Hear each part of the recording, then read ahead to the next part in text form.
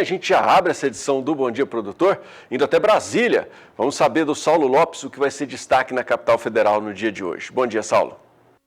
Olá, bom dia! O Ministério da Agricultura acabou de fechar um acordo técnico e científico de longa duração com a Universidade Federal do Amazonas e também com o Serviço Florestal Brasileiro. A ideia do projeto é colocar dentro da floresta um laboratório que vai calcular a quantidade de carbono armazenada pelas árvores. Esse projeto é financiado com recursos do Banco Nacional de Desenvolvimento Econômico e Social, o BNDES, e ao longo do tempo vai produzir conhecimento sobre a importância das florestas para a humanidade.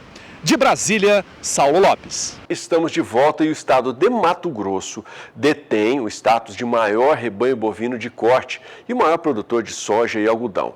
Mas na produção de leite deixa a desejar se comparado a outros estados. Quem vai explicar melhor para a gente essa história é o repórter Valdir Pacheco.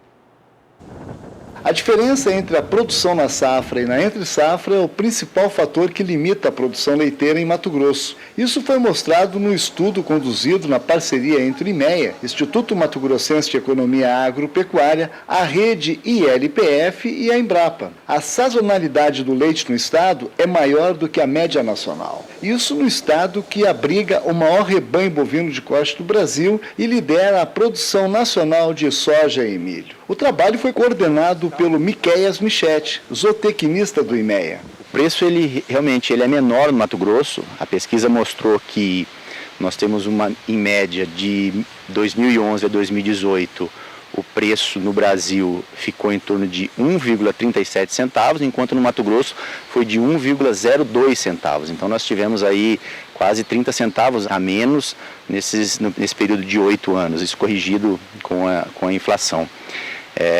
Mas Mato Grosso ele tem uma amplitude menor, o preço sobe mais em outros estados e na média nacional do que para o Mato Grosso no período da entre-safra. Enquanto no Brasil, na entre-safra, o preço ele aumenta em 14%, no Mato Grosso só aumenta 11%. E foi constatado também que Goiás é o estado que apresenta maior variação. No estado de Goiás, quando reduz a produção, o preço aumenta em até 19%. E no Mato Grosso, esse índice é só de 11%. Ele não compensa todo o investimento em alimentação que o produtor deva fazer. Atualmente, o estado conta com 60 laticínios, dos quais 10 são de cooperativas de produtores. A mussarela é o principal produto produzido no estado, demandando a metade da produção do leite processado na indústria.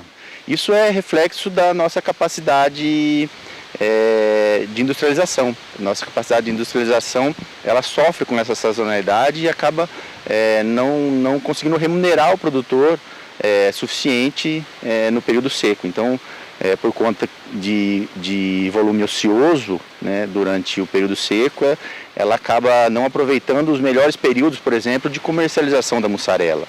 A gente tem um melhor período para a comercialização da mussarela no estado, justamente nos meses de agosto e setembro. A sazonalidade mostrou isso, que o maior preço na série de 2011 a 2018 foi justamente nos meses de menor produção de leite. Terra Nova do Norte é o maior produtor individual, o município que mais produz leite em Mato Grosso, detém em torno de 8 a 9% da produção total do estado. Então o cooperativismo ele vem crescendo, a captação dos laticínios vem crescendo no estado, nós temos aí um índice de mais de 30% como sendo de origem de cooperativas e o viés da cooperativa é justamente esse, fomentar os seus produtores para manter a estabilidade da produção. Então, assistência técnica, programas de financiamento de insumos podem ser um importante passo na direção de diminuir essa sazonalidade e Mato Grosso voltar a aumentar a sua captação, né? De Sinop, Mato Grosso, Valdir Pacheco. Do leite para a carne. A carne brasileira ganhou os mercados internacionais facilmente pela sua qualidade. Um trabalho que começa no campo, com os investimentos que o pecuarista faz em genética e alimentação. Sistemas de produção cada vez mais necessários para atender um consumidor também cada vez mais exigente. O maior rebanho comercial do mundo está no Brasil. Com aproximadamente 215 milhões de cabeças, O país assumiu posição de destaque no comércio mundial de carne bovina e hoje é o maior exportador do produto. Não resta dúvida de que a pecuária brasileira evoluiu nas últimas 4 décadas. E para alcançar índices de excelência, o sistema produtivo é importantíssimo, sempre de olho no consumidor final. Se a gente vai olhar para o elo mais importante da cadeia produtiva da carne, que é o consumidor, e a gente vai fazer uma leitura do que o consumidor entende por qualidade, a gente pensa em maciez da carne. Essa é a concepção do produtor de carne em termos de qualidade. E o que determina a maciez da carne? Eu diria que o maior é determinado pela idade do animal. Então a gente pode pensar que quanto mais jovem for o animal, maior vai ser a qualidade da carne em termos de maciez. Tem outras características importantes também, que é a suculência, sabor, que isso também é determinado pela deposição de gordura da carcaça, na carcaça, que é o acabamento de carcaça, e pelo marmoreio, o famoso marmoreio, que é aquela gordura que fica entremeada entre os feixes musculares. Bem, essa qualidade, quando a gente pensa na indústria, hoje existem os programas, né, que bonificam por qualidade de carne dentro de um padrão racial. No Rio Grande do Sul nós temos os programas da Associação Brasileira de Hereford e Braford, né, e também da Associação Brasileira de Angus. Atualmente o Brasil conta com 3 sistemas de produção.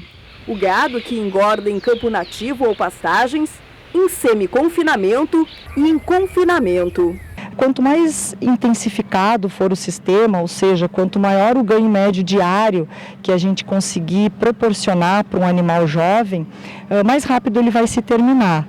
O rebanho brasileiro mais que dobrou nas últimas 4 décadas, mas as áreas de pastagens são praticamente as mesmas, o que comprova o salto em produtividade, mostrando que o pecuarista vem investindo em tecnologias, em especial no que se refere à alimentação, genética, manejo e saúde animal. Os animais, a exemplo de nós, são o que eles comem. É simples o raciocínio. Se nós comemos uma carne gorda, se nós comemos comidas gordurosas, vamos alterar o nosso perfil lipídico. Os animais também alteram o seu perfil lipídico dependendo da dieta. E o Brasil, em 7 meses do ano, e o Rio Grande do Sul, praticamente 12 meses por ano, tem condições plenas de se produzir uma carne mais a pasto do que com suplementação. E fazemos então um apelo e um conceito de carne de qualidade, de animais jovens e produzidas a pasto, com uma constituição muito mais gratificante, muito mais saudável do que animais intensamente confinados. Ou seja, podemos produzir ao gosto de carnes saborosas, ao gosto de gaúchos e brasileiros, uma carne essencialmente a pasto, sem o teor e tempo de confinamento daqueles clássicos confinamentos americanos, feedlots de 180 dias, de animais praticamente sendo quase que um aviário bovino, entre aspas. Qualidade para consumir e exportar. O Brasil enviou no primeiro semestre de 2019 para os principais compradores, China e Egito, 827 mil toneladas de carne in natura e processada, 25% a mais que no mesmo período do ano passado. A gente tem ainda uma caminhada, né? A gente vem evoluindo, mudou bastante já essa visão do que é carne de qualidade, mas a gente precisa ainda, né, tentar colocar no mercado ou criar muitas vezes essa cultura no produtor que vale a pena sim vender um animal mais jovem e que garanta essa qualidade de carne para a própria indústria, né? A gente sabe que o Brasil é o maior exportador de carne bovina do mundo em volume. A gente perde em questão de remuneração muito em função do preço que a nossa carne recebe no mercado externo, né? Nós ainda não temos totalmente, vamos dizer, tudo que a gente exporta, uma carne de qualidade elevada.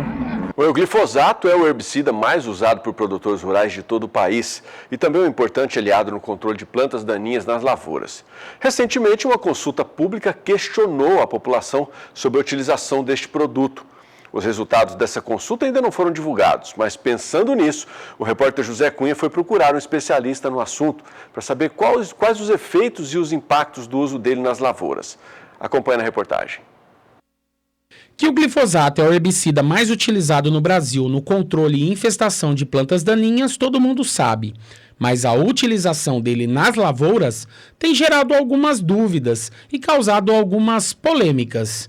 Diante disso, fomos conversar com quem realmente entende do assunto, para saber quais os efeitos do glifosato e quais os impactos na agricultura brasileira, caso ele seja proibido. Bom, o glifosato, no caso é o princípio ativo utilizado nos produtos comerciais, ele tem a função de atuar como um herbicida, ou seja, para controlar plantas daninhas, que emergiram após a emergência das plantas resistentes ao glifosato, no caso a soja, temos o milho também, como ele é utilizado de forma ampla para fazer a dessecação antes de fazer o plantio. Então é feita a eliminação daquelas plantas que estão na área e feita a implantação da cultura. Então ele é utilizado como um herbicida para controlar plantas daninhas ou plantas infestantes. Ele é um produto muito utilizado, o produtor acaba dependendo bastante, ele já faz parte da rotina do produtor, então a gente teria que trabalhar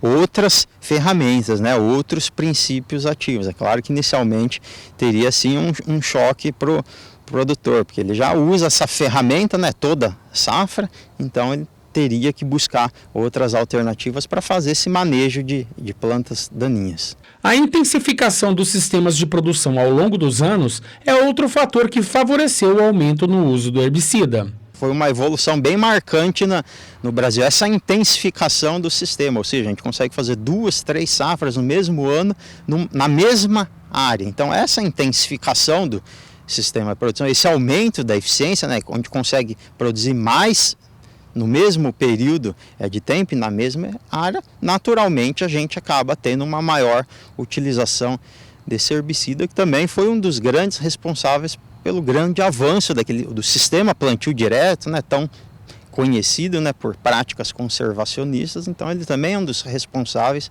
para essa expansão desse modelo de produção. Com a entrada dos produtos transgênicos, o uso de agrotóxicos subiu consideravelmente no Brasil nos últimos anos, entre eles o glifosato. Passou de 40 para 300 mil toneladas por ano. Mas a grande questão é possível produzir sem o uso desses produtos? E qual é o impacto disso nos custos da produção? Bom, não existiria um único produto que seria exatamente com a mesma ação do glifosato. A gente teria que trabalhar uma gama maior de princípios ativos. Inclusive, alguns produtos têm uma toxicologia até maior do glifosato. Então, isso deve ser levado em consideração também. Ou seja, gera impacto no custo da produção. Sim, o custo de produção pode ser aumentado, porque o glifosato ele tem um preço, digamos, razoável. Ele é um produto de baixo custo.